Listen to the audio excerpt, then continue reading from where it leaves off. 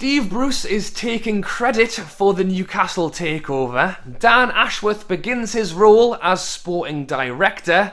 Links that Saint-Maximin will leave this summer will not seem to go away. And Sky Sports are reporting Newcastle have agreed a deal for Hugo Ekitike. Yes guys, how's it going and welcome back to Toon Tuesdays, your weekly roundup of Newcastle United news. You'd think that in the off-season there wouldn't be as much to talk about. There is so much going on with Newcastle right now, and thank you to everyone who's watching right now, all of you guys who are watching Toon Tuesdays every week. If you are watching but still haven't subscribed, please do so. Make sure you do not miss an episode, and it really helps the channel as well. Let's start off with some pre-season friendly news. Now, we already know that Newcastle have 2 pre-season friendlies at St James's Park ahead of the new season. The first is on Friday the 29th of July against Atlanta. The second is the day later on the 30th of July, the Saturday against Athletic Bilbao. Well, Newcastle have now announced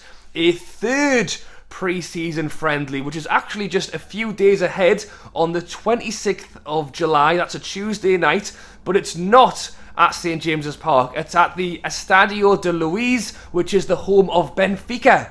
It is out in Portugal, this friendly. Now, no ticket information has been released for any of these games yet, but I've already seen people on Twitter booking their flights out to Portugal. So if you do fancy a trip out there to watch Newcastle, you can. I am also hoping that they might release the game on their YouTube channel, or there is another way to watch it if you're unable to get out there. And I do also think they may do an away game in the UK as well. They normally do, so we'll have to watch out for that. But as it stands, that's the 3 pre-season friendlies announced so far. Next up, let's talk quickly about Dan Ashworth. Now, we've spoken about him for a few months now. We've known he was going to be joining Newcastle for a few months now. Last week, Newcastle officially announced that he would be joining, but just yesterday, Newcastle announced that he has officially begun his job as sporting director. He did his first interview. Newcastle gave a little bit more background on what his job role actually entails, saying that Ashworth will be responsible for the club's overarching sporting strategy, football development, and recruitment of all ages. And then Ashworth said that Newcastle is an incredible football club, and I'm delighted to be joining at this very exciting time. And it is a very exciting time. The window opens this Friday. He's got in just in time, and I cannot wait to see what he can do for this club. Not just in terms of this transfer window and the next transfer window, but again, the way Newcastle have described his job role in football development and then recruitment of all ages. So it shows that he is really going to be having an impact from head to toe, and it's great news. And I know he hasn't got started yet, but he comes in with a whole lot of experience, and yeah, fingers crossed he gets a good job done this summer and over the next few years or however long he ends up staying at the club. Newcastle currently have a handful of players out on international duty, so I thought I'd do a quick roundup on what they've been up to. Starting off with Trippier, who got called up for the England squad. Unfortunately did not feature against Hungary, and maybe he should have, because England lost 1-0. But England still have a few more games to go. Hopefully we might see him tonight or at the weekend.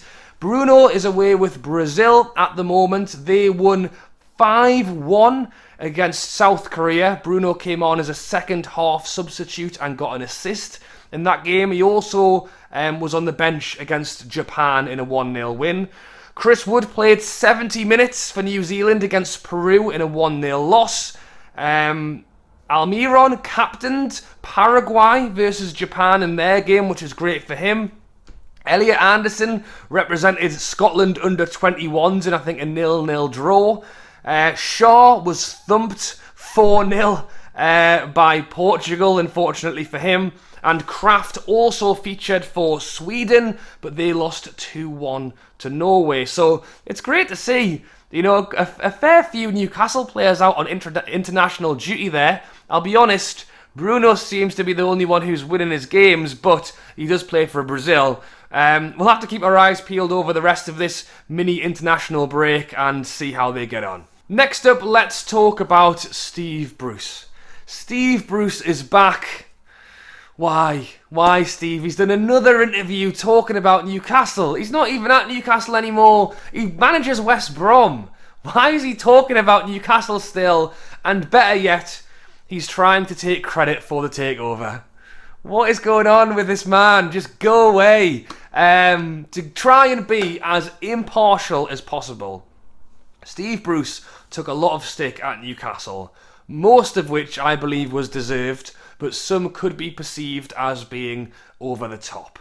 But ultimately, he wasn't doing a good job, so he got sacked. When he got sacked, he then did an interview immediately to the papers to defend himself, which I thought came off really bad and generally just seemed like he was playing the sympathy card. But again, to try and be impartial, he felt like he'd been hard done to. He wanted to get his word out there. Fine. He's done that. Now go, Steve. That's it. You're done. Why has he had to come back and have another go again? And the thing that is madness to me is he's still pushing the same excuses that he was in his previous interview.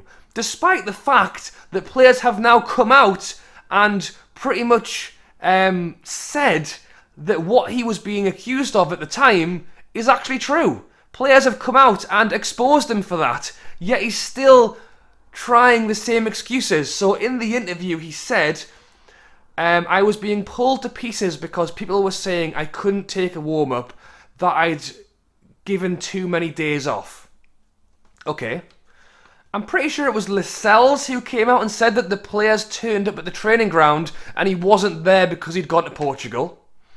Callum Wilson has openly admitted that he had to join a private gym because he hadn't trained enough and needed more fitness. So this has all happened. The players have pretty much just exposed Steve Bruce for exactly what he was being criticised for was all true.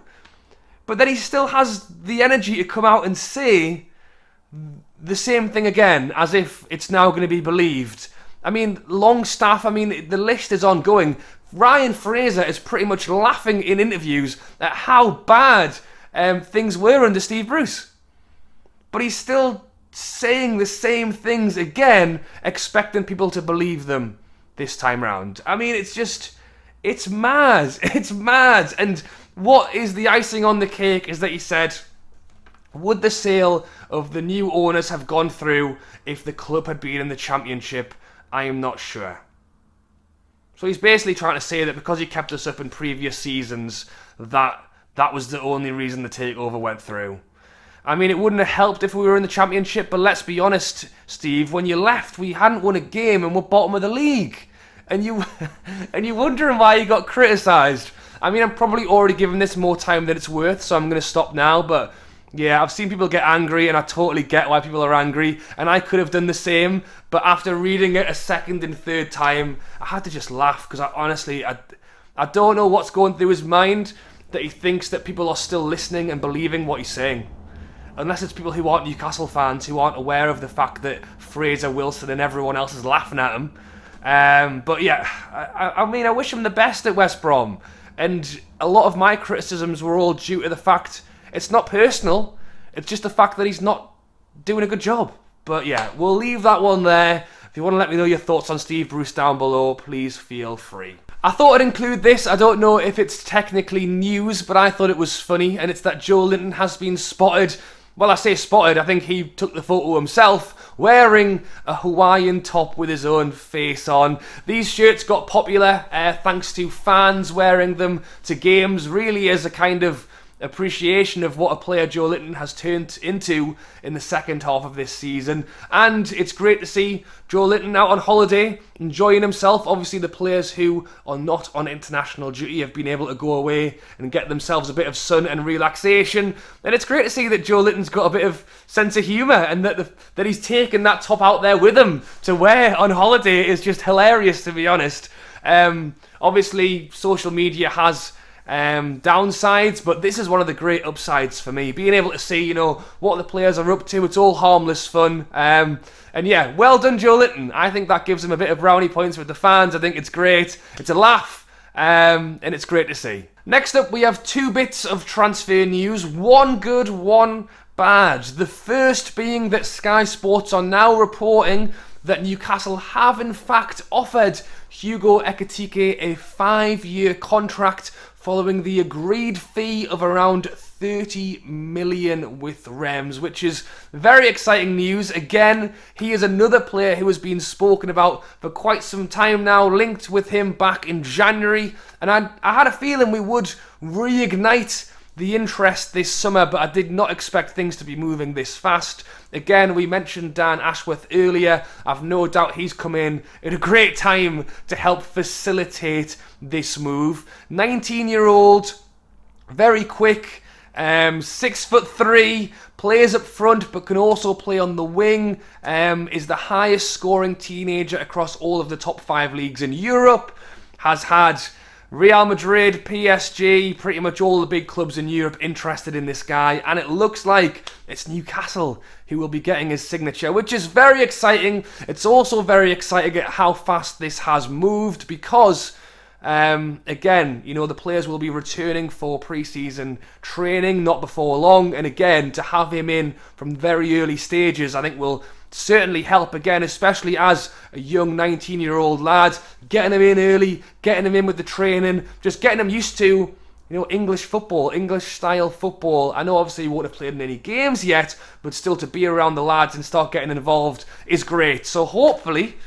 maybe it being announced this weekend might be a little bit too soon, but I'm hoping that will be announced very soon indeed. Let me know your thoughts on Ekitike down below. The price tag, the 5-year deal, the 19-year-old lad, is it all good? Or there are a couple of negatives as well? You let me know your thoughts down below. And we also have a bit of bad news as well in terms of rumours. Unfortunately, the rumours regarding Saint-Max and him potentially leaving this summer will just not seem to go away, to the point where it's understood that Spurs are looking to place a bid for him this summer. Now, the Saint-Max one is a funny one, to be honest. He had a drop in form, he's been injured. To be honest, I think Saint-Max was probably the only person in Newcastle who liked Steve Bruce. Because when he left and Eddie Howe came in, his form dropped. And again, I think part of that was the injury. I wouldn't necessarily say that it was because of Eddie Howe. I think it was the change in play style. It was no longer leave Saint-Max up front on his own and just give him the ball and pray he scores. It's now becoming a team effort. I think that Saint-Max is probably finding himself in more defensive duties than maybe he wants to. He's probably finding himself, you know, not as high up the field with as much chances as maybe he had previously. I just think that for whatever reason it's not quite clicking right now, which has resulted in him having a bit of poor form. And up to this point, it's always really been Newcastle fans who are questioning each other on if you think he's good enough, do you think he can stay, can Eddie Howe transform him and give him a little bit more end product. I think generally, and I will say this, and I've said this for a long time now, I still think that Saint-Max is one of our best players. And you can argue that if you want. I think he has had a bit of downturn in form. I think that his end product needs work. But I think that he's still young and that this is exactly what Eddie Howe does. Eddie Howe improves players. We've seen it with Fraser, Joe Linton, Shaw. And I think he can do it with Saint-Max as well. We just need to give it a little bit more time. Now, I understand why some people may be happy to see him go because he hasn't been that great, but in this new world of Newcastle where we have in theory unlimited money, do we need to let him go? Just keep him. There's probably about 15 players, you know, there's at least 10 players who we could potentially see leave this window without really kicking up a fuss, to be honest. I don't think Saint-Max needs to be on that list, and we don't need the money. So again, it's rumours, it's speculation. I don't think he'll leave this summer. But I'm still interested to know what you guys think of it. Could we, again, in the world of FFP, financial fair play, is it a move worth making? Again, the fee that's rumoured is like 35, 40 million. And when you're talking about Ake being worth 50, I think it's totally underpriced as well. So we'll have to wait and see, but let me know your thoughts on Saint-Max down below. I hope you guys have enjoyed today's video of Toon Tuesdays. Let me know your thoughts on everything discussed in today's video down below. And if you did enjoy this video and want to learn a little bit more about Dan Ashworth, click here. I did do a full 10-minute video going through his experience at West Brom, with England, with Brighton, what he can hopefully add to Newcastle United over the next few years, but also the next 10 or 15 years. Again, be sure to subscribe. Make sure you do not miss an episode of Toon Tuesdays. Alright guys, thanks for watching, and I'll catch you later.